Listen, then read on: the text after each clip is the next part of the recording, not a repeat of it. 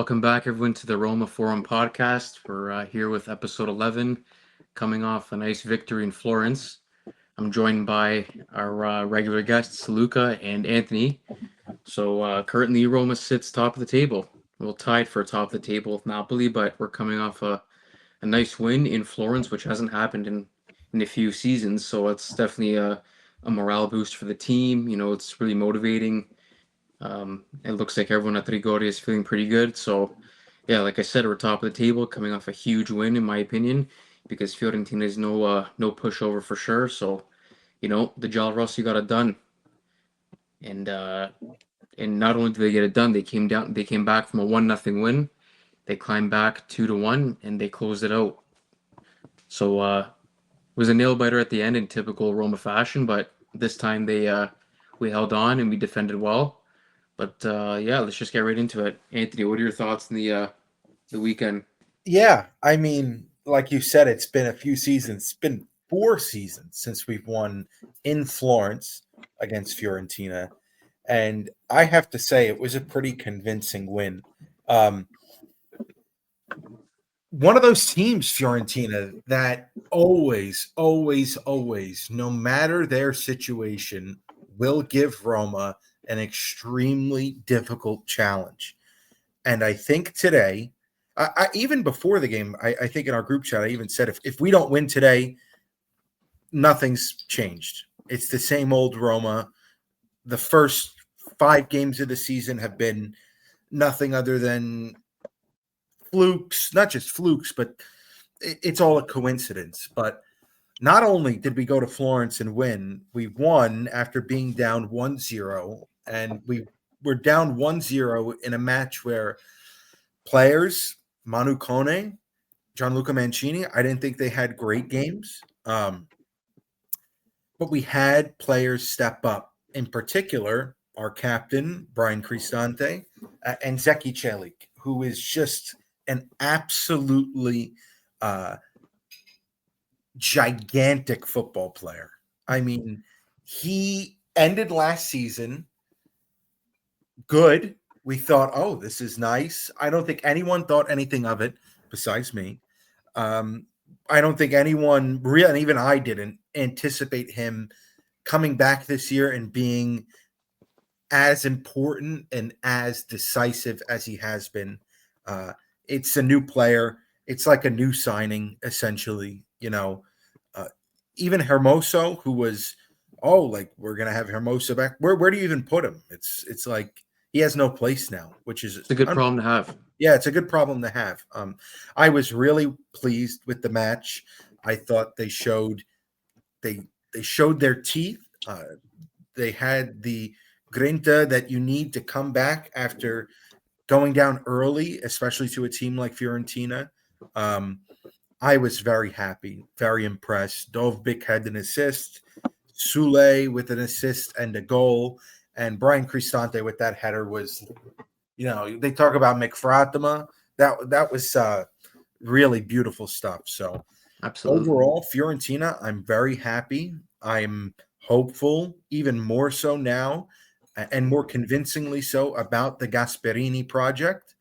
And there's a good vibe. There's good feelings. This Yeah. isn't just a one-off win. This is proven consistency now against a team that you need to take points from, and we took all of them. So, Yeah, and it's still early in the season for sure, but it's like you said, it's nice to show the consistency. well, You know, listen, like early in the season, I don't really care because we Mhm. had 20 points before the Derby last year in January. And we have 15 points right now, and it's October. It's Yeah, single it's digits October October too. 6th on the Yeah, day of this podcast, and yeah, like you said.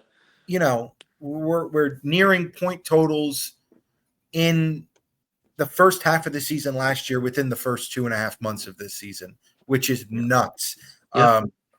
We still have all of October, we have November and December. So really, really just I hope this isn't the vicious circle. I hope, we would play Inter next, but that's for later. We'll talk about that later. But Luca, any thoughts on Fiorentina?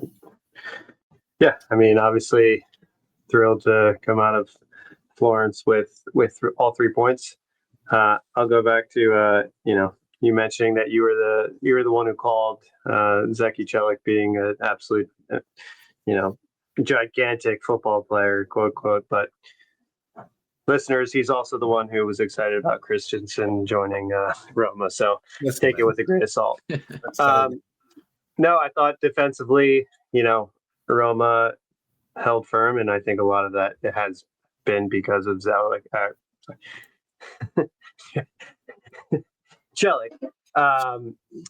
And Fiorentina hit the woodwork 2-3 times. A couple times, yeah. So we got lucky for sure. Definitely had the butthole puckered, but scraped out a W, and this Gasparini start. The era has started just wonderfully. I don't know that I could have drawn it up any better than it has been. Have they been beautiful wins? No. I mean, the important thing is they have won, and they've found a way to win, and they've come back down after going, down early in the last match after a goal that, in my opinion, I think, Mile Svilar was probably a little out of position because either it's a perfect shot or he's just out of position. It's probably a combination of both. But yeah, it's exciting. It's early in the season, but I think this is, a great start to the season. And as you mentioned, we've already, almost matched our total from January last year, and it's beginning of October. So no, I think there are a lot of positives in particular that we can take away. I think we'll go around now, maybe share a couple of positives. I can start. In our last 5 games, three of our last 5 matches, we've scored 2 goals. So that's good. I think that was a little bit of a worry. This is including the game against Nice. But there was a little bit of a worry that these 1-goal wins weren't as convincing, as some people thought that they were.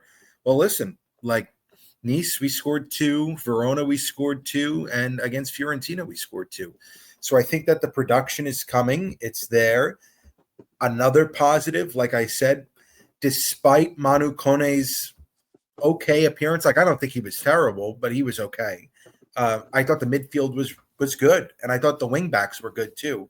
I think Tsimikas from Liverpool, it's going to take him a couple of more matches, but I was impressed. I really liked his showing against Fiorentina. I thought Wesley actually played pretty decent. He looked like he knew what was going on. There was some question, at least in my mind, if he was just a slightly more tactical Saud Abdulhamid, but it looks like he is a well-rounded football player, and he's really coming into his own now. And of course, Cristante. Cristante was another gigantic player on Sunday. I thought a positive in attack was not just, Dovbyk got the assist and it was a beautiful flick on, but for me, Baldanzi had a great game. I think he went out there with his limited playing time that he has, and he showed that, hey, I have the mettle to, play when I'm needed, and I can go out there and put out a good showing for you guys. So I think if there's one thing about Baldanzi is that I feel like that's what he always does.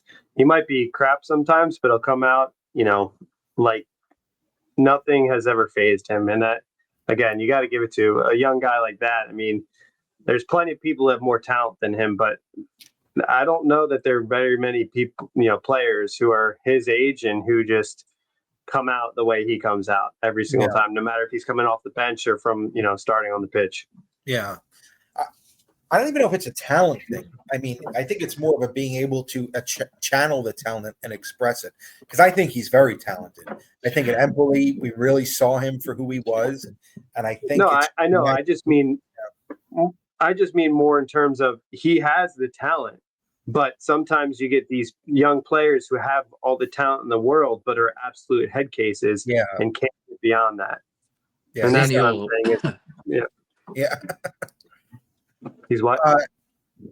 Of course, Soulé, good as usual. Christian, any positives in particular that you took away from Fiorentina?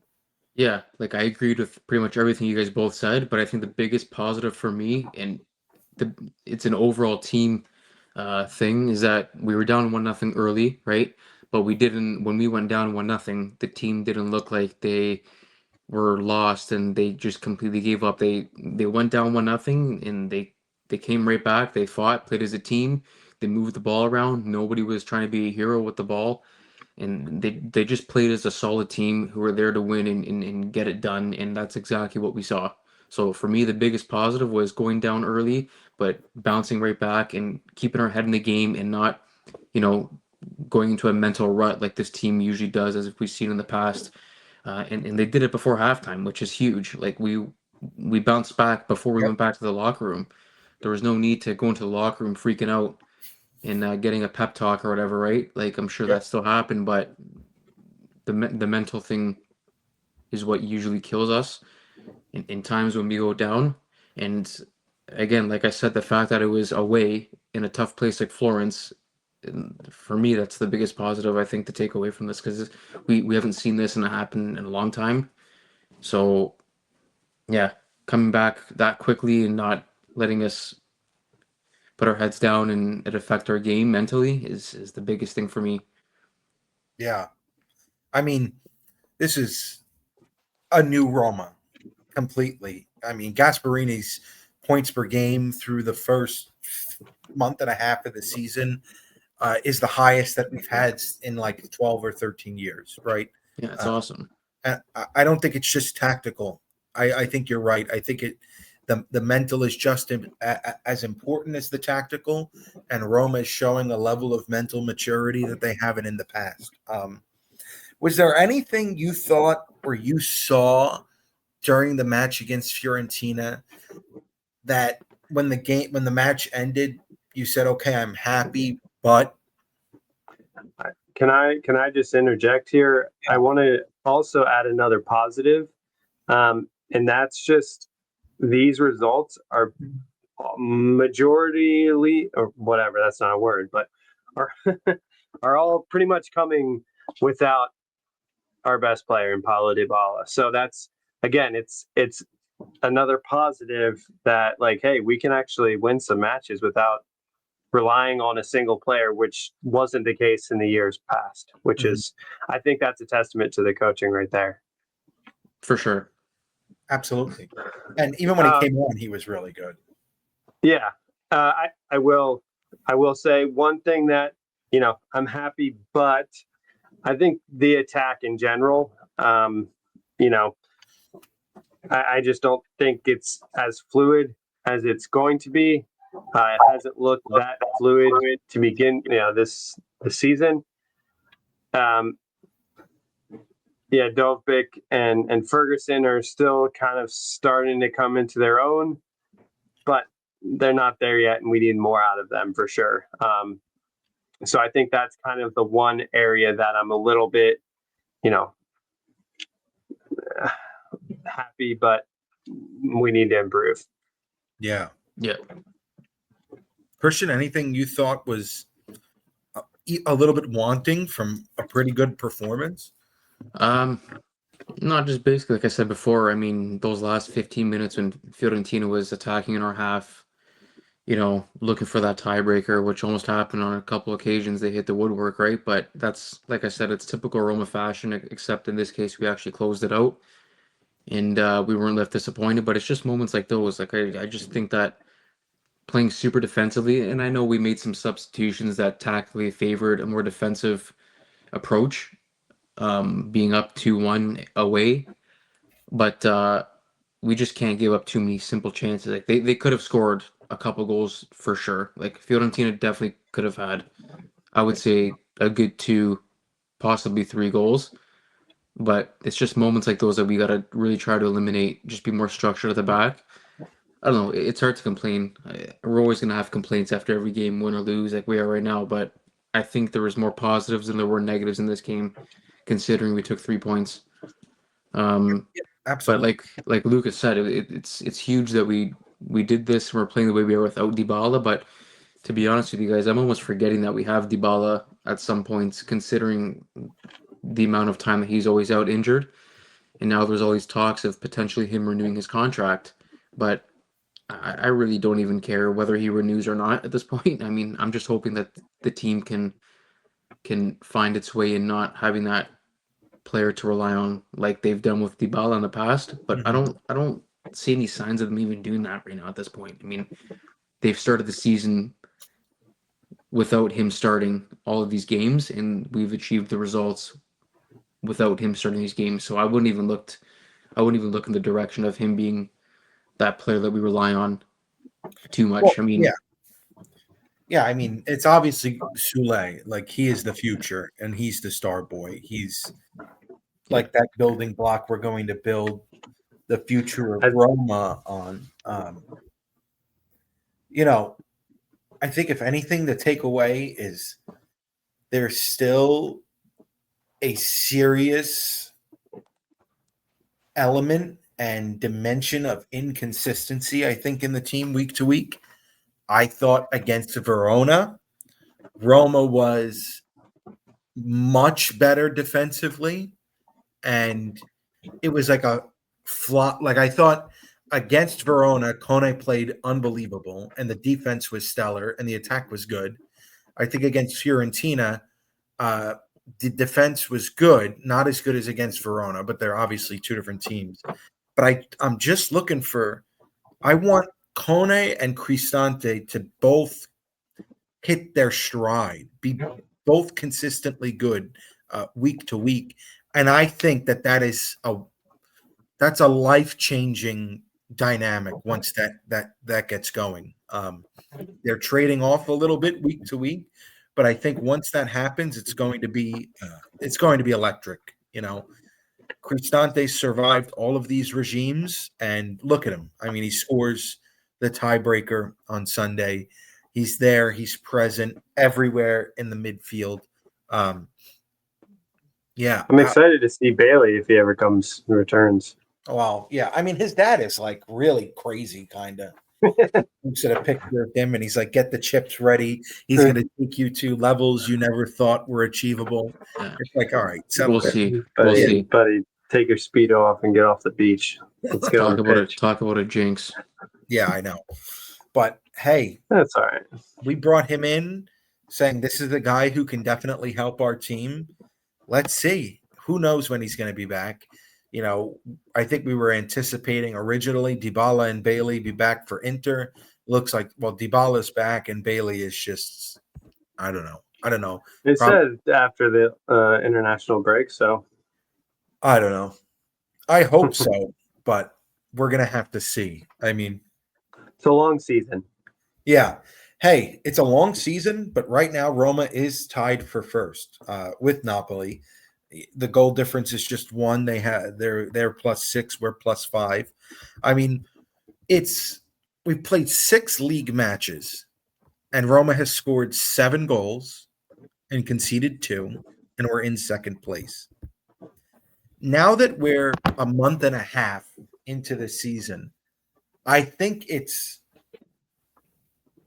fair, maybe not prudent, but I think it's at least fair to say, okay, based on where we are now, I mean, were we expecting this at the beginning of the season? I mean, Soulé's breakout, Chelik's breakout. What are we thinking? I mean, we've scored some of the lowest. I'm looking at it right now in the top 10, where 1, 2, 3, we're tied for last with most goals scored. And in the top 10, we've conceded the least out of any other. I think it just shows how solid defensively we've been playing. Like you guys are probably thinking, like, I mean, with those results, 7 goals in 6 games. I mean, and we're in second place. I mean, the only answer there is we're defending pretty well, let alone the brick wall in Miles Filar that we have in Yeah. goal. So, like I've said the last 3-4 weeks, Ferguson and Dovbyk really got to step up and do what they were brought in to do, especially with the big game like Inter coming up in the next Serie A fixture. So yeah, defensively I'm happy, but those two guys really need to step up. Dovbyk's hold up play is good. I've said that, Yeah. but his how do I say this? His attacking threat His Yeah, I mean, killer. a lot of work. he runs like a slow Forrest Gump. He just Yeah, Yeah. pretty much No, true. his hold up play is right now his strength. I mean, yeah.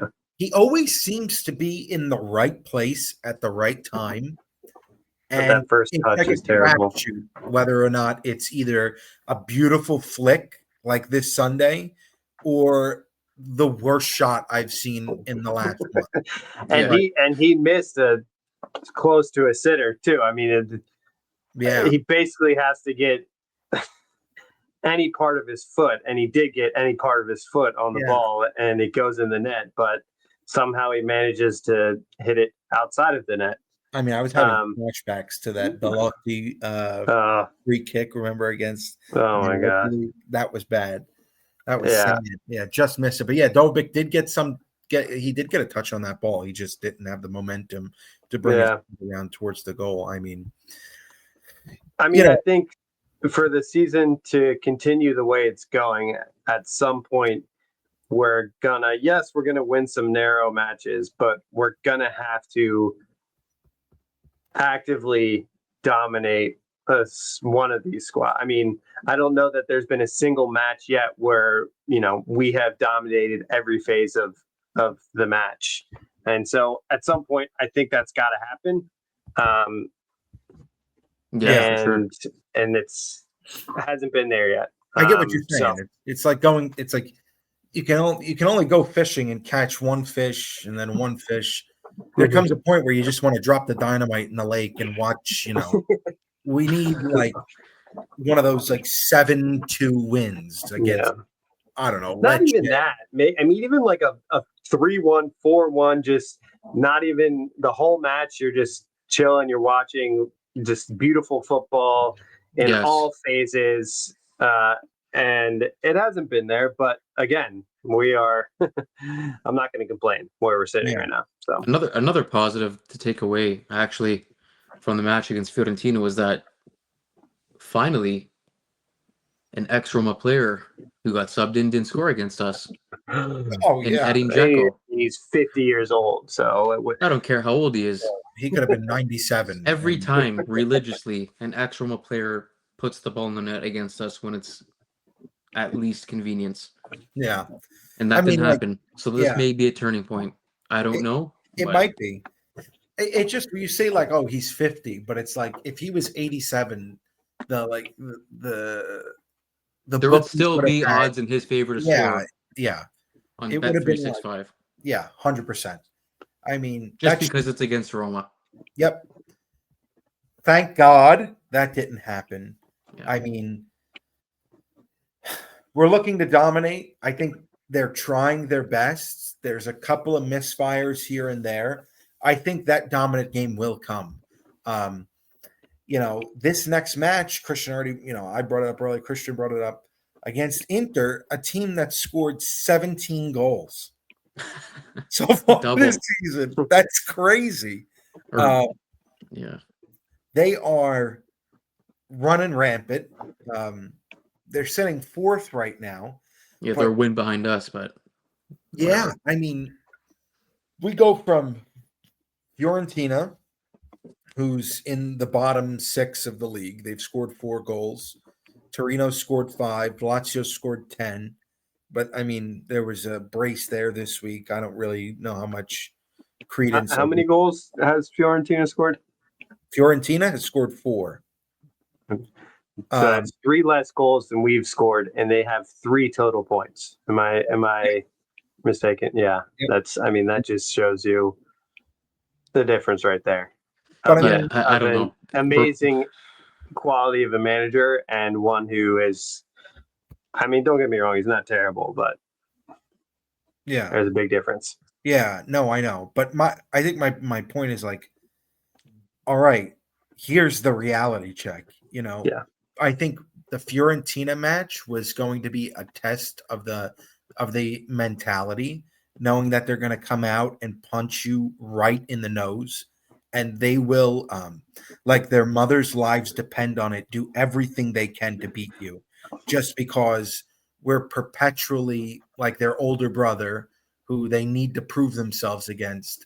And, sometimes they really do a great job of it. I mean, there are a lot of matches against Fiorentina I really would rather not think about ever again for the rest of my life. What was it, 6-1, 7-1, whatever it Oh, was? dude, come on. Like, I'm moving on. Was it, Anyway, uh, this is the how many goals has Inter allowed this season? 8. Okay. This is the test. This is a team who, like Fiorentina, is going to go out and try to really just whoop you. This is a team that's proved that they can go out with the desire to whoop you and put goals in the back of the net. This is going to be the real test of quality and tactical genius from Gasperini. Yeah. There's no sugarcoating it. We're going up against Inter, and that's that. We know what to expect. They're a fantastic team.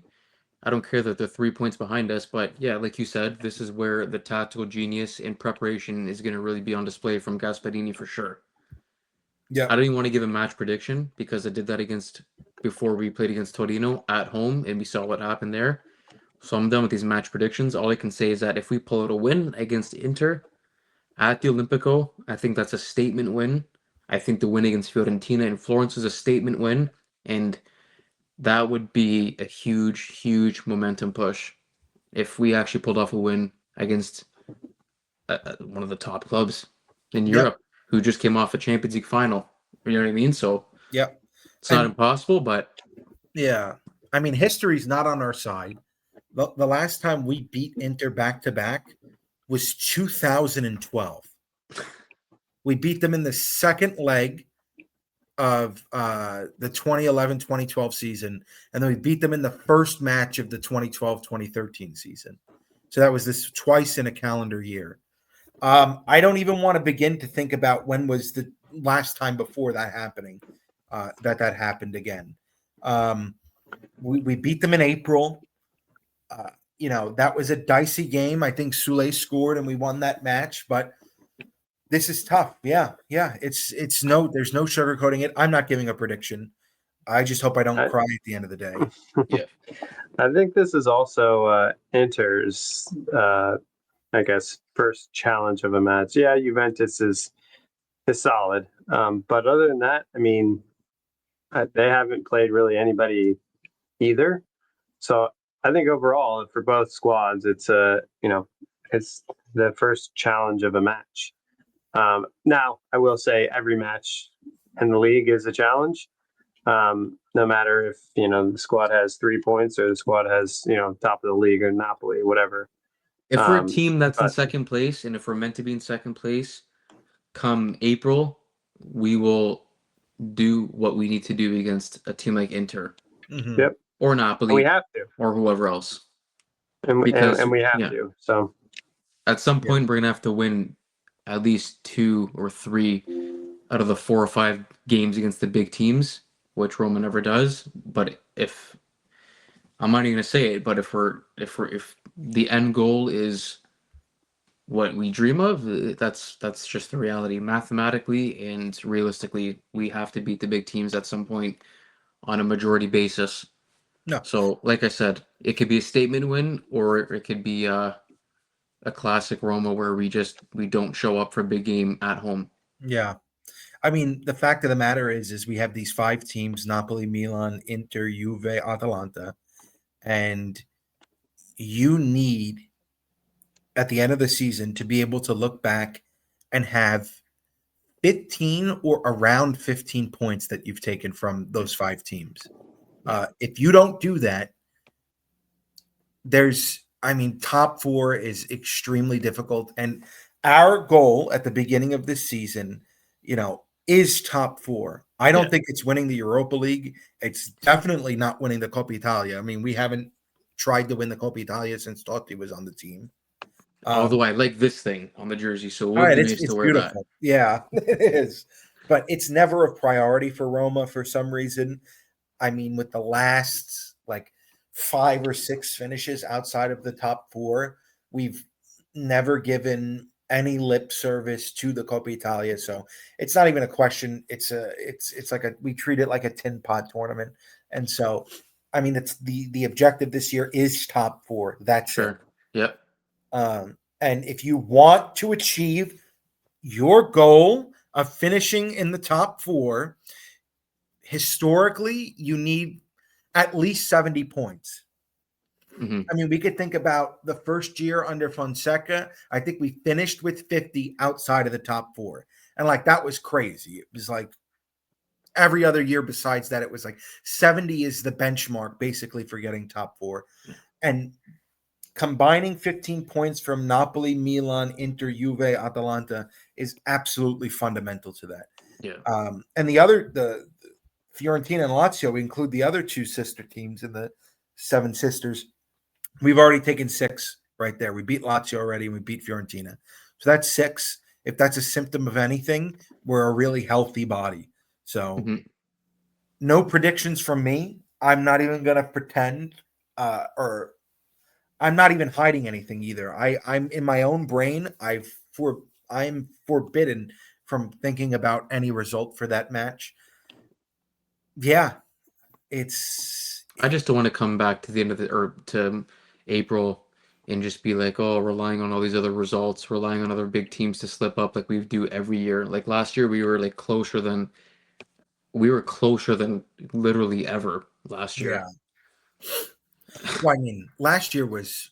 I don't think we realize how insane the second half of that year was until you tell yourself, or until you say out loud, going into the Derby in January of last season, we had 20 points. And we finished with, if I'm not mistaken, 69 in 5th place, like 1 or 2 points off 4th.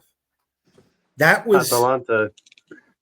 Yeah, it was generational. Gasparini ended our top 4 hopes last year. I know. That bastard. I know.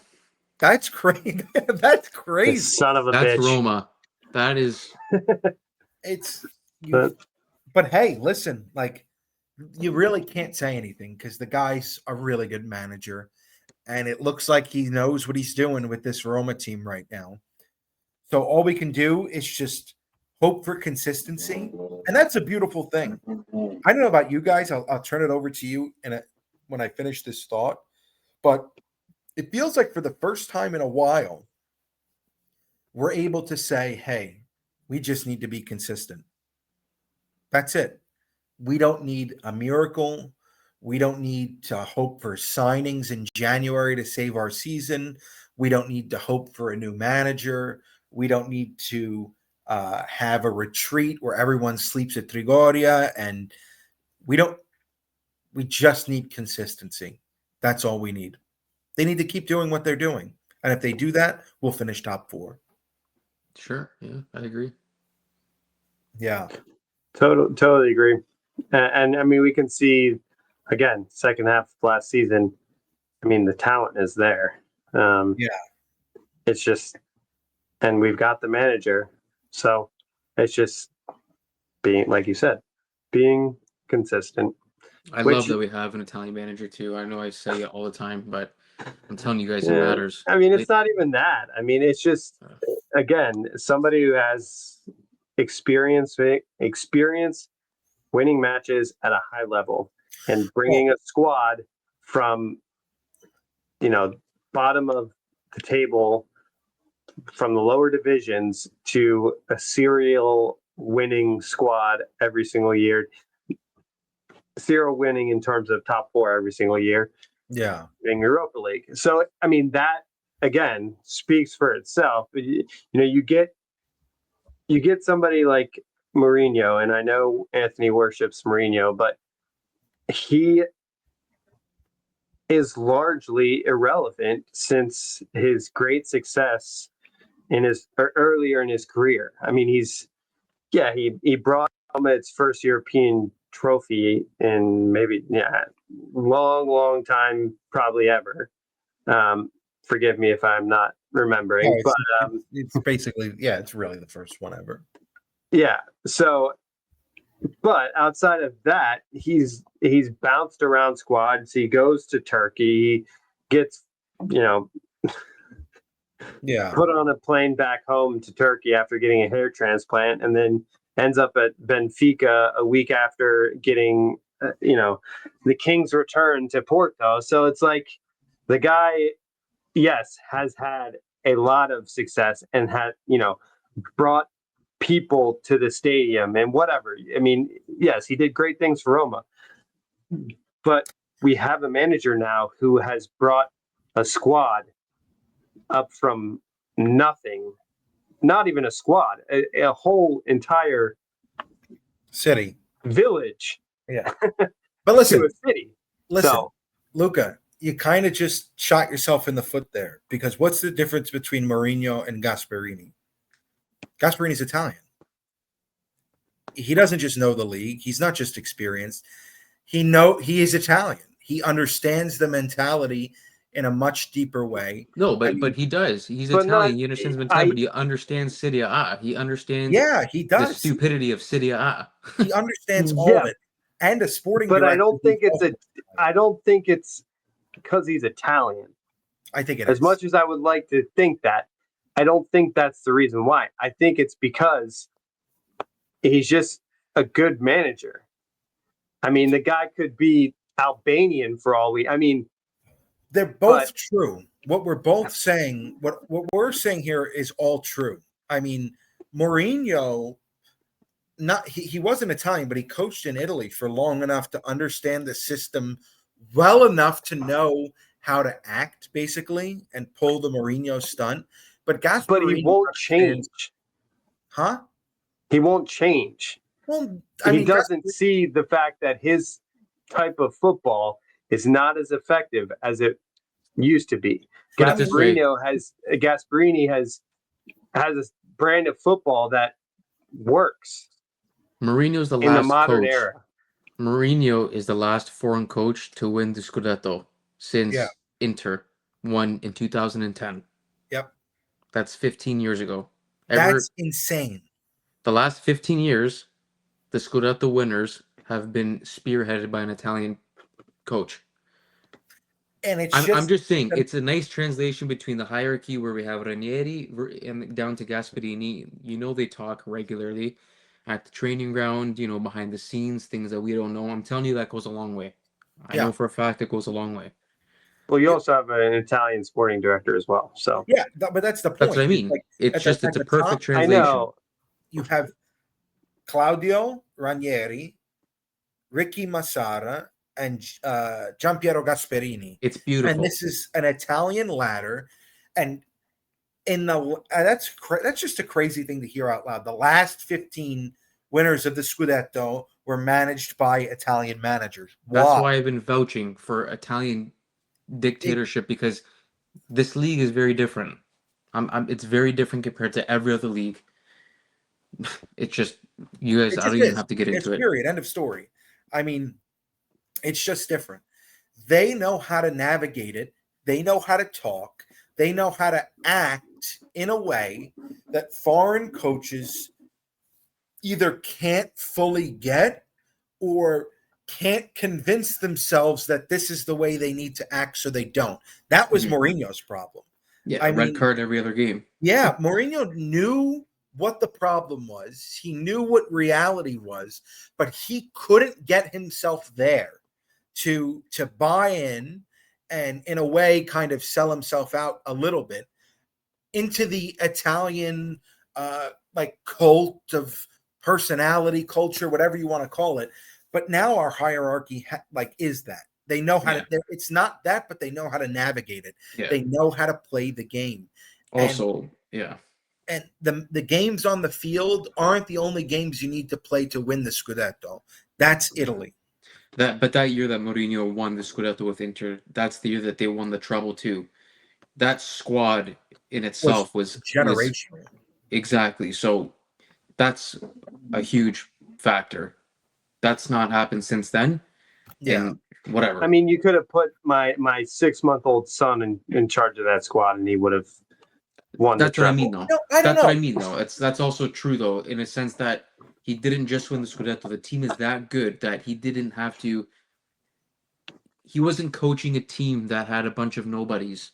It was like a Real Madrid, a Barcelona of the last 10 generations. It was also more of like a it wasn't really like a tactical masterclass that won him the league. It was he knew how to manage personalities. Yeah.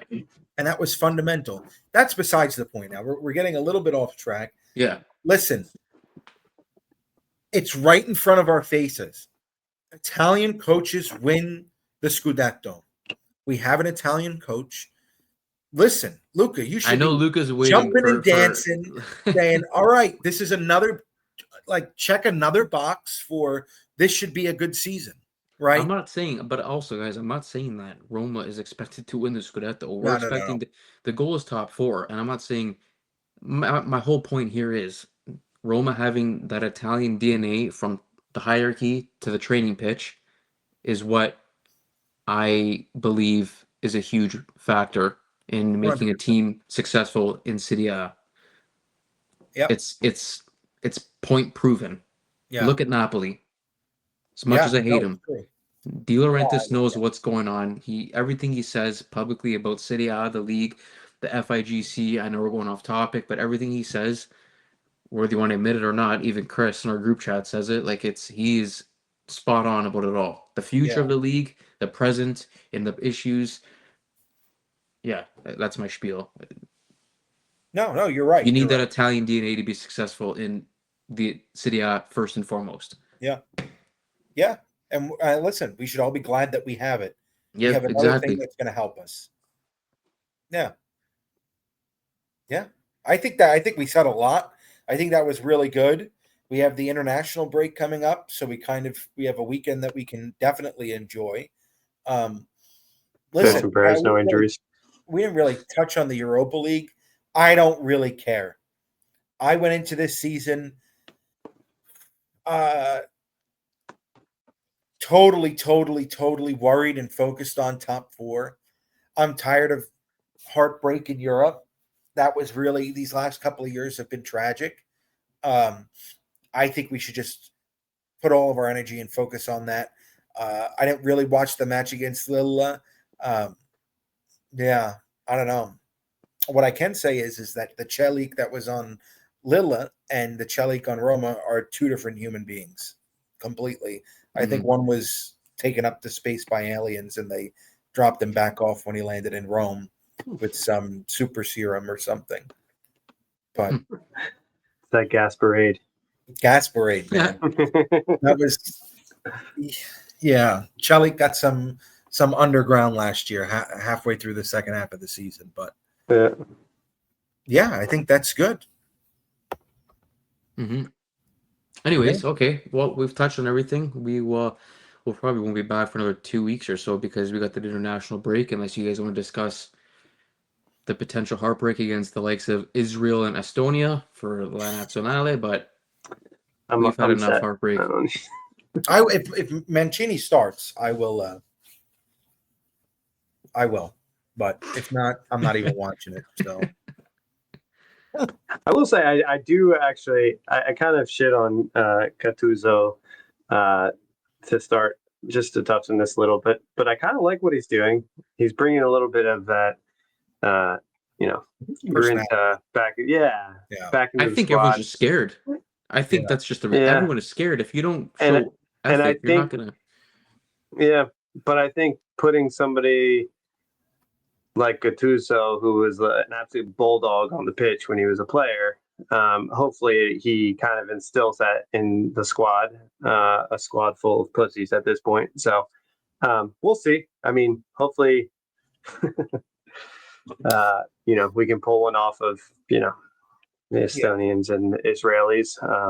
But anyways. Listen, if I don't get a chance to watch paint dry, I'll watch Italy play Estonia or whatever weird Baltic. You can come over. I'm painting my my cabinets. So perfect. I'll sit in the kitchen. Yeah, it'll be a little 1-2 duo. We'll put Italy on the one TV, and you can watch the paint dry in the next room. All right, sounds good. Thanks for listening, guys. That was episode 11. We'll catch you after Roma versus Inter, and hopefully we're in good spirits once again. All right. See you next time. Ciao.